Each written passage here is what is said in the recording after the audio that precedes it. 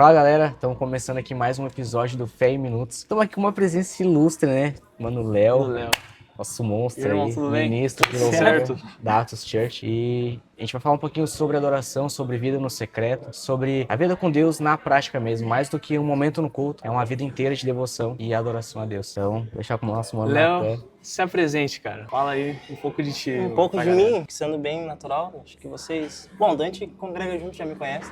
Vocês me conhecem, na sim, verdade, né? Sim. Então, eu sou o Léo, tenho 29 anos, sou casado com o Andrinho, pai do Enzo e do Benhur, que tá a caminho agora. Uou. Amém.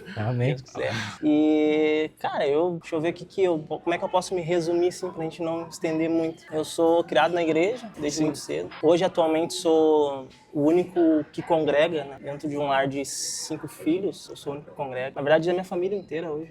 Eu sou o único que congrega. Mas, fora da igreja, trabalho em barbearia, sou barbeiro atualmente. Há quanto tempo mais ou menos você é barbeiro? Cara, eu sou barbeiro já há 7 anos. 7 anos. 7 Ah, anos é já tempo, trabalho. né? Caramba, pouca experiência na área, né? Eu gosto, cara. Eu gosto dessa questão da figura masculina tá muito alta. Então, Sim. creio que só tende a Importante. crescer. Pretendo ficar Se cuidem.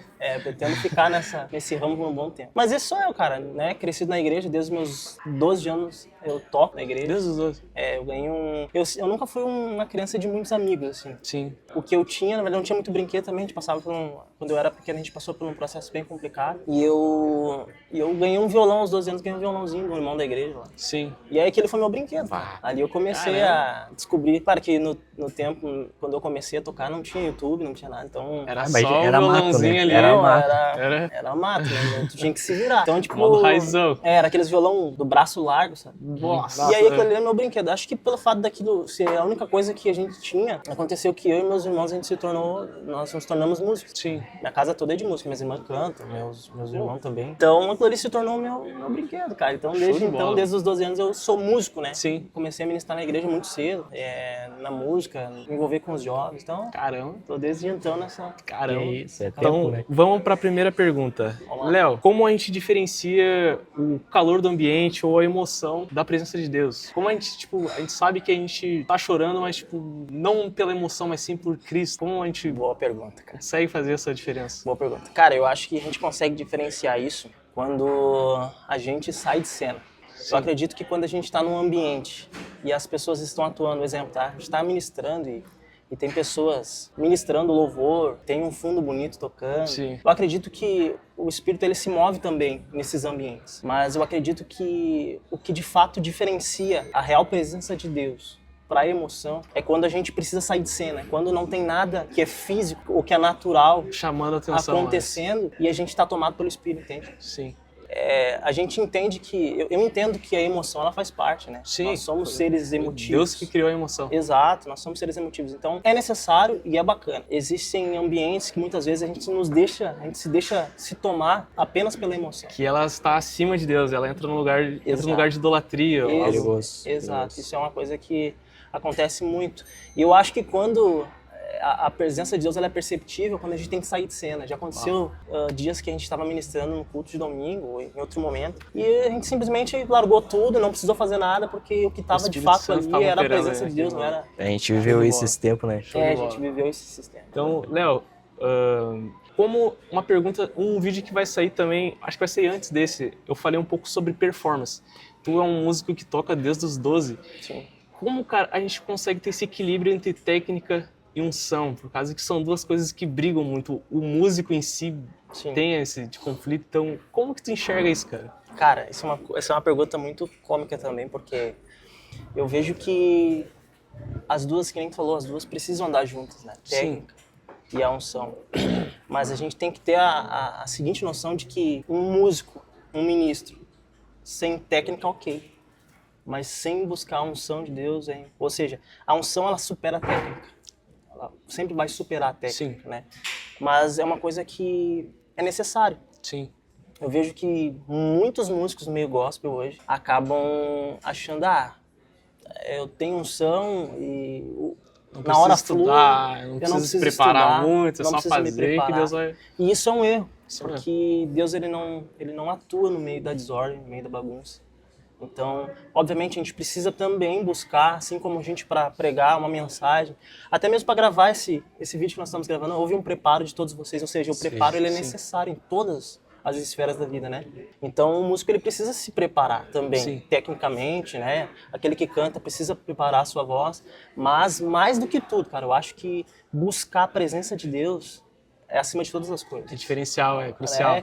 Pra vocês, a gente ter uma noção, eu tenho o Alessandro Vilas Boas como referência, ele é um cara que a voz dele não é a mais bonita do mundo, mas o cara, quando ele começa a cantar, quando ele abre a boca dele, Ele tem algo diferente, o ambiente muda, entendeu? Porque ele busca a presença de Deus e, como eu falo, a unção, ela supera todas as coisas. Cara, eu vejo a gente ali em cima do altar, da plataforma, como, tipo, simplesmente uma caixa de som. E Deus manda o sinal. Só que se a gente não tiver técnica, a gente começa a chiar esse sinal que Deus está mandando. Exato. E se, a gente né? e se a gente não tiver unção, também está chiando. Também. Então, o ministro ele tem que ser transparente com aquilo que Deus está derramando sobre a igreja. Sim, muito Eu forte. enxergo dessa forma, mais ou menos. Uma coisa que eu queria que tu comentasse um pouquinho, né? Que Deus tem falado comigo, que é sobre qual é a opinião que a gente tem dado mais importância na nossa vida, né? Porque eu vejo que até como músico isso é mais frequente. Mas eu passei por uma estação na minha vida onde, tipo assim, as pessoas me pararam e falaram, ah, Dante, é um grito de Deus, não sei o que. E só que no meu quarto, no meu secreto, eu tava negando o Senhor. Entende? Então, na minha vida, a opinião das pessoas estava mais acima do que a de Deus. Sendo que eu pregava que não, cara, a opinião de Deus é mais importante. Só que na minha vida isso estava sendo diferente. Só que eu sei que música é mais frequente. Eu tava ministro, glória a Deus. E aí tu desce do altar. Daí a galera, Léo, tocou muito, não sei o quê, que bênção. E aí começa essas, que não são maldosas, mas que começam a penetrar o nosso ouvido, e se desce isso pro nosso coração, é perigoso, né? É perigoso. Como é que tu equilibra isso? Então, tipo assim, tá, beleza, até onde eu posso receber isso, que vai ser de forma positiva, e até onde eu posso, tipo assim, não, beleza, vamos saber separar essas coisas. Cara, isso é uma coisa que é muito perigosa, porque a gente, quando a gente recebe algo de Deus, a gente acha que aquilo é nosso, né? Então a gente acha que quando a gente canta ou a gente ministra num culto, o culto é abençoado, a gente acha que aquilo ali tem dedo nosso naquilo. Não tem. E, cara, na igreja acontece às vezes isso. Normalmente o pessoal mais velho, assim, chegava e eu amo quando tu canta, quando tu ministra, que tu agita, que tu isso, que tu aquilo. Muito bom, claro, a gente tem que cuidar para não ser deselegante, né? Porque às vezes a pessoa tá ali, né? Mas isso é uma coisa que é muito perigoso, de fato. Acontece muito isso. A gente se contentar com a informação, tipo, só com o elogio dos homens, né? A gente não procura mais saber se Deus está aprovando o que a gente Quando tá a fazendo. gente percebe, cara, que tudo que nós somos e tudo que nós temos não vem de nós, e não depende de nós, tudo que acontece, isso acaba se tornando mais fácil, né? Da gente entender, a gente receber isso. Porque eu aprendi isso com a pastora Gi, né? Eu ouvi ela falar uma vez. E toda a glória, toda a honra que derem a mim, eu transfiro diretamente para o Senhor, porque Ele que é digno de toda a honra, de toda a glória. Então, quando eu tenho isso vivo na minha vida, essa dúvida, essa questão, para mim é tranquilo de lidar, sabe? A gente vê hoje, no meio cristão, muita gente que ainda tem essa fraqueza, porque isso fere diretamente o nosso orgulho. Então, quem não gosta de ser bajulado, quem não gosta de ser elogiado, quem não gosta de dizer assim, cara, tu é bom em algo. Ser visto, né? Ser reconhecido. Mas se o próprio Cristo um dia disse que só existia um que era bom, que era o Senhor que estava no céu, quem dirá nós que somos, né, falhos e pecadores? Que sobra pra nós. O que sobra pra nós? Então, cara, eu tenho uma pergunta muito boa, cara. Qual a importância de uma vida no secreto? Toda, né? Toda. Total. Porque, cara, o que sustenta a nossa vida não são os palcos. O que sustenta a nossa vida não é o altar físico, né? O que vai sustentar a nossa vida, vai nos levar, né, ao lugar certo, é nós estarmos no centro da vontade de Deus. Então, o secreto é o que sustenta todo o resto, né? Eu não seria um ministro de louvor hoje se eu não tivesse contato com a minha Bíblia, se eu não orasse ao Senhor. Então, seria só um artista. Exato. Vazio, entendeu? E eu seria como qualquer outro músico. Talvez um músico bom, ok, mas talvez não viveria o que eu vivo hoje, não teria a família que eu tenho, né? Não teria a graça de Deus sobre a minha vida, né? Então... E falando nisso, que é uma pergunta que eu queria fazer também. Tu, que nem tu falou, tu é casado, já tem um filho, né? Tá ali nos fundos com a gente ali. E tá vindo mais um. Então, como é que tu equilibra a questão de, tá, eu tenho que proteger o meu secreto com Deus, porque isso ninguém vai fazer por ti, mas eu também tenho a minha família, eu também tenho o trabalho, eu também tenho o ministério. Sim. Como é que tu acha esse ponto de equilíbrio? O que tu acha que pra ti é fundamental, que, não, isso aqui é fundamental para que todas as outras coisas fluam, sabe? Sim. A gente sabe que existe uma ordem em tudo isso, né?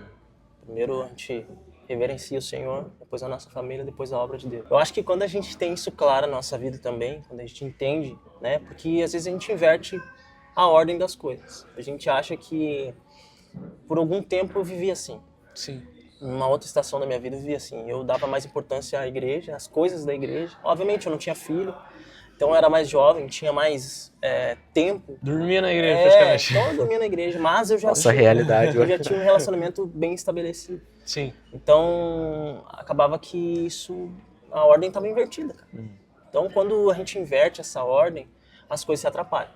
Então eu acho que assim, a forma mais fácil da gente ter isso também, né, claro na nossa vida e bem estabelecido, é quando a gente não inverte a ordem das coisas. A gente precisa, obviamente, eu preciso ser suporte dentro da minha casa, preciso ser marido, preciso ser pai, né?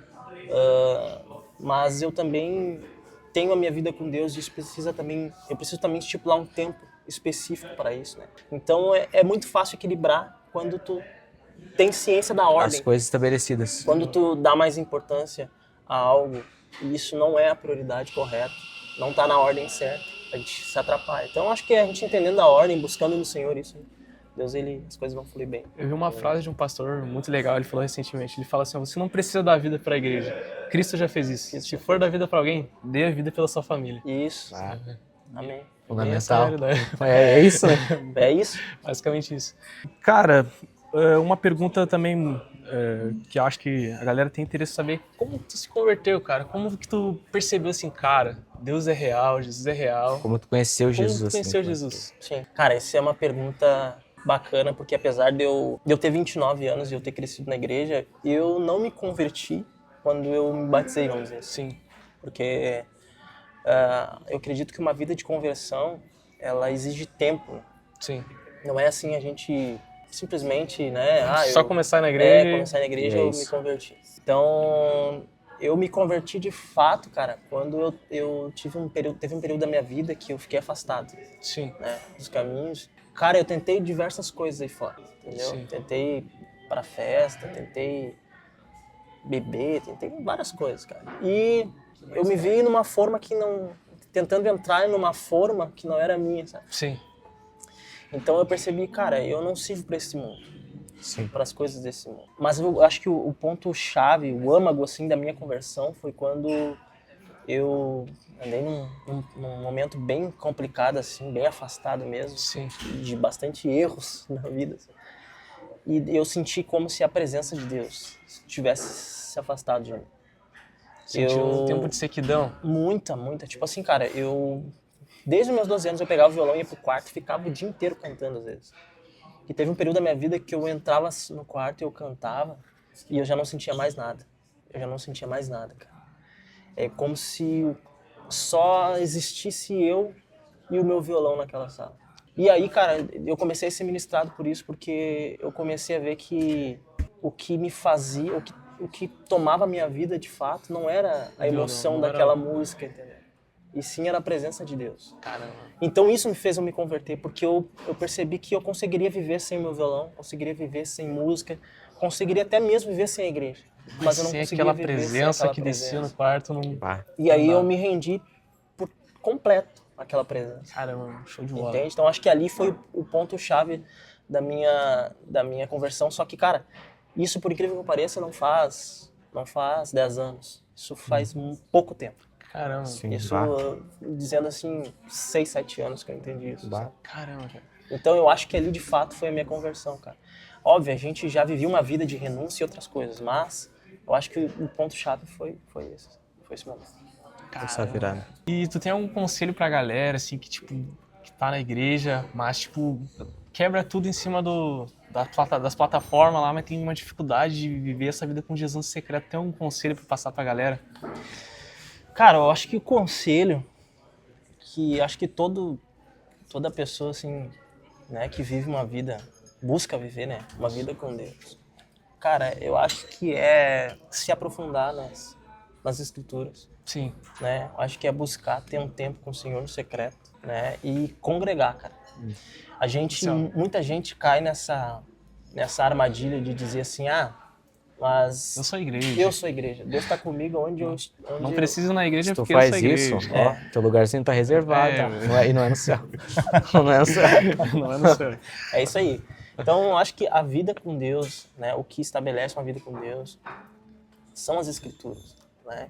Então, cara, buscar se aprofundar nas escrituras, buscar o Senhor no secreto, buscar ter um relacionamento com Ele, né? Porque o que vai nos manter nessa caminhada é isso, cara, né? O que vai fazer a gente ter intimidade com o Eterno é o relacionamento. Uau. Esse é o primeiro chamado, né? Esse é o primeiro chamado. Então, As coisas começam antes de subir no altar, né? muito antes, muito antes. O altar, na verdade, é só uma extensão daquilo que nós já vivemos no Exato. secreto. Então, Eu vi uma frase muito legal uma vez também de um pastor, um amigo meu, e ele falou assim, a adoração começa, o culto começa quando a música acaba. Quando as luzes se apagam, aí que a gente vê quem é, né? é Quando o isso. pastor encerra o culto, começa outro. Instantaneamente. Essa é a ideia, né? A gente se prepara até mesmo para ir à igreja, a gente bota às vezes a melhor roupa, o melhor perfume, né? Mas, na verdade, aquilo não é o começo de algo, e sim a extensão de algo que a gente já começou lá atrás, lá no começo. Cara, show de bola. Visão. Galera, então, esse foi o vídeo. Nós estamos aqui, lembrando, no espaço da Quero Café. O Instagram deles vai estar aparecendo aqui. Sigam eles, venham aqui tomar um café. Tem mais de 89 unidades espalhadas, acho que pelo Rio Grande do Sul. Então, não tem desculpa, vem aqui. E queria te agradecer, Léo, por estar aqui com a gente, por Tamo junto, eu que reservar agradeço. um tempinho. Perfeito, cara. Muito obrigado. Tenho aí pela certeza. patrocínio. Então, se tu foi edificado, comenta aí embaixo, cara. Comenta aí o que Deus ministrou no teu coração. Deixa aí sugestões daquilo que a gente pode trazer. Se você foi tocado por Deus, escreve, a gente quer saber a opinião de vocês em relação a esse assunto. E é isso, cara. Muito obrigado mais uma vez. Valeu, é nóis. nóis. Valeu, mano. Deus abençoe vocês. Tamo junto. Deus elimine você. Deus elimine. Que Deus elimine. Então a gente vai